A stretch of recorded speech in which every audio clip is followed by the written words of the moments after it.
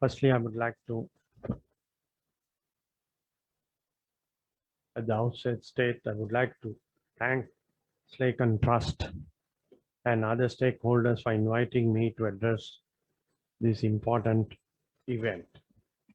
And also we thank all the agencies, especially the German Federal Ministry and other agencies who are participating and assisting in this dialogue today.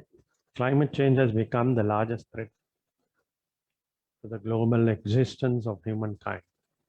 It is important that we take collective action to build climate resilience at the local, national, and global levels. While Sri Lanka is focusing on addressing the climate change impacts at local and national through the existing mechanisms, we also continue our engagement and commitment to the global action ever since climate change started gaining the international traction through various initiatives.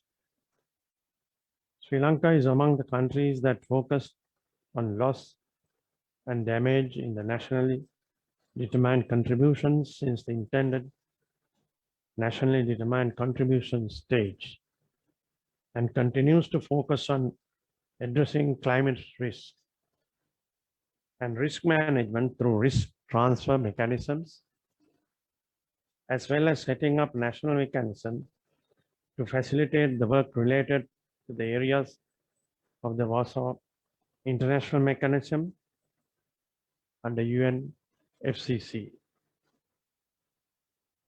Of course, our nation, our island, for thousands of years is known world over for the important reasons as contributor of Theravada Buddhism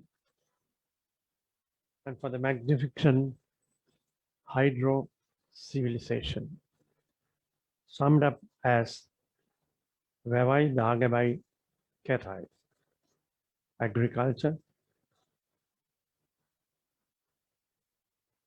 the Buddhist religious Dagaba, and the Great Lakes of over 40,000 built in the ancient history, which still majority survives. Since the ratification of the UNFCCC in 1993 and Paris Agreement in 2016, we as a country have made commitments focusing on key sectors and taking affirmative actions to address the impacts of climate change.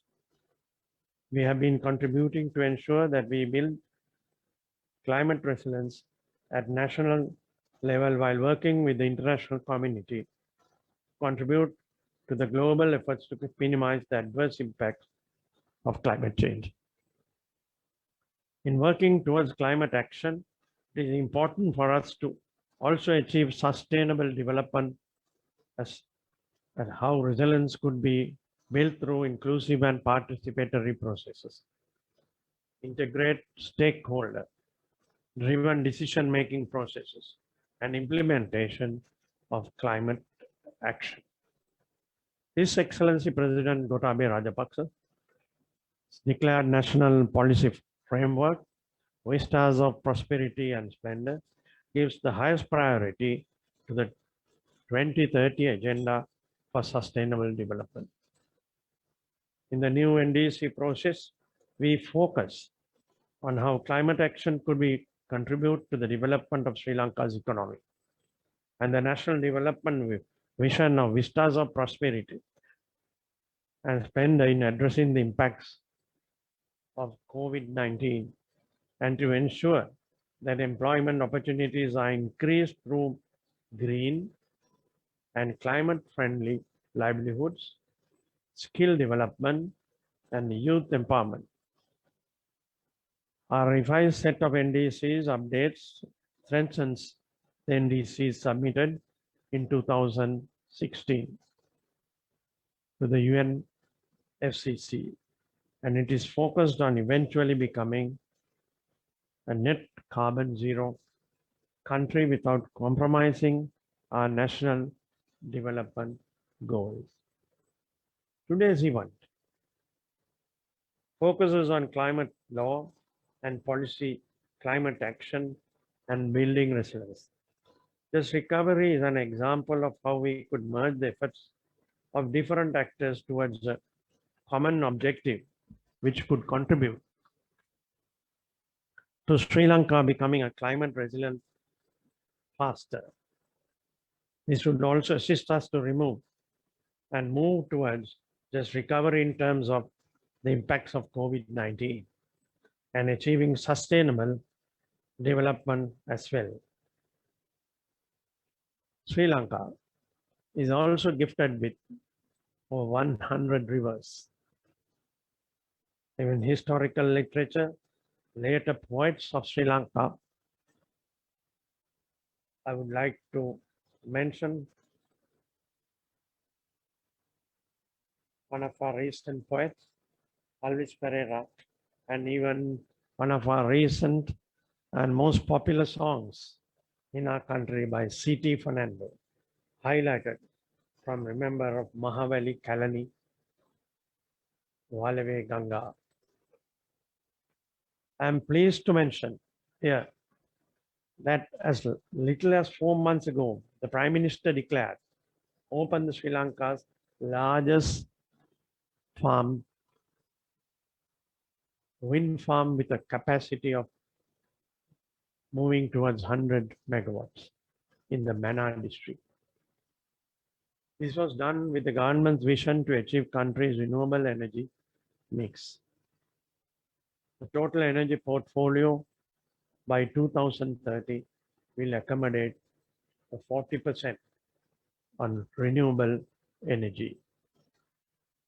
Sri Lanka is considered a pioneer in protection and restoration of mangroves in the world. This is evident by the leadership role in the Commonwealth Blue Charter Action Group on Mangrove Ecosystems and Livelihoods, and the launching of a national policy on conservation and sustainable utilization of mangroves.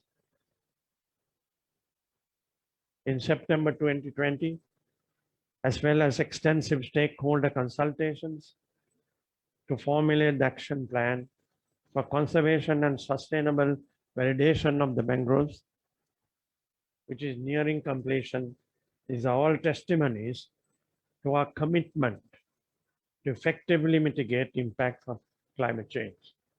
Our country is currently engaging with international and regional entities to bring sustainable nitrogen management to the South Asian agenda.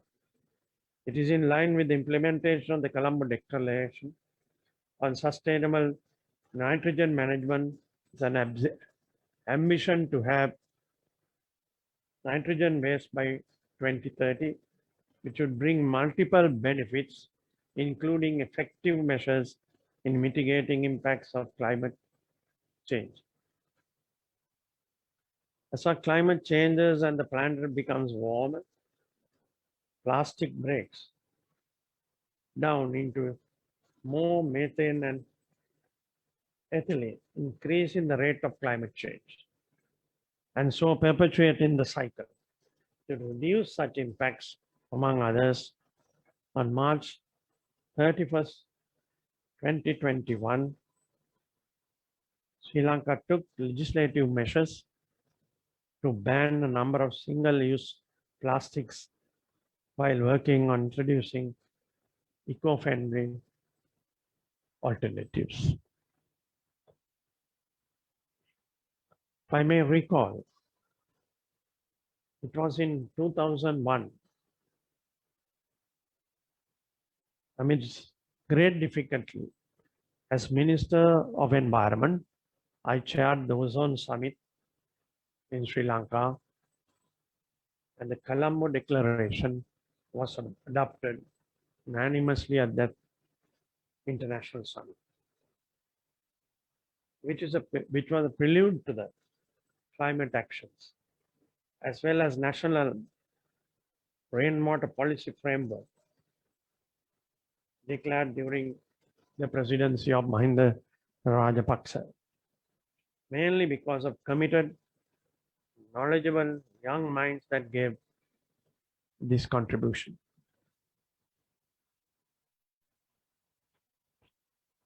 Sri Lanka will be jointly hosting the pre-COP26 virtual event, Nitrogen for Climate and Green Recovery to promote sustainable nitrogen management next week. Sri Lanka believes that climate financing commitments under UNFCCC and other mechanisms are needed for developing economies such as Sri Lanka to build resilience and address adverse effects of climate change and to undertake potential greenhouse gas emissions. Your Excellencies, dear friends, I would also like to call upon you to embark on getting more, if possible, all young men and women getting into the harvesting more rainwater and the solar energy that we have to harness. Both are in abundance and blessed in Sri Lanka. As world-renowned scientists of Sri Lanka, Professor Ranil Senanayake points out, we had to cut back on unwanted wasteful emissions. As Buddhists, we are taught to be content, thus for our own selves and collecting at large for all beings. I would like to recall, as mentioned by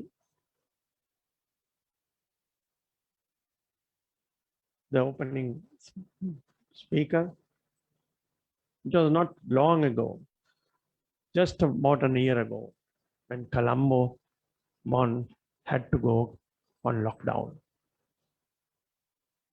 Within a matter of 2-3 days, His Excellencies, all our rivers and they had been zero polluted, which shows to what extent cities are involved in pollution and environmental damage that is causing the cry for action on climate change. And we must both protect and contribute growth of our flora and fauna, especially what was passed down to us by our forefathers, as we mentioned in Sri Lanka, for all living beings. This is a message encapsulated in the message of Buddha. Finally, before conclusion, I would like to mention as an announcement, in the next constitutional making, I myself has proposed that environment, forestry, rivers, water, and clean air be a right in the fundamental rights of our new constitution. I hope all of us could work towards such a important areas that as we move along to the future. Finally, I would like to wish Strike and Trust and the various participants, government agencies, great success during today's dialogue. I vote.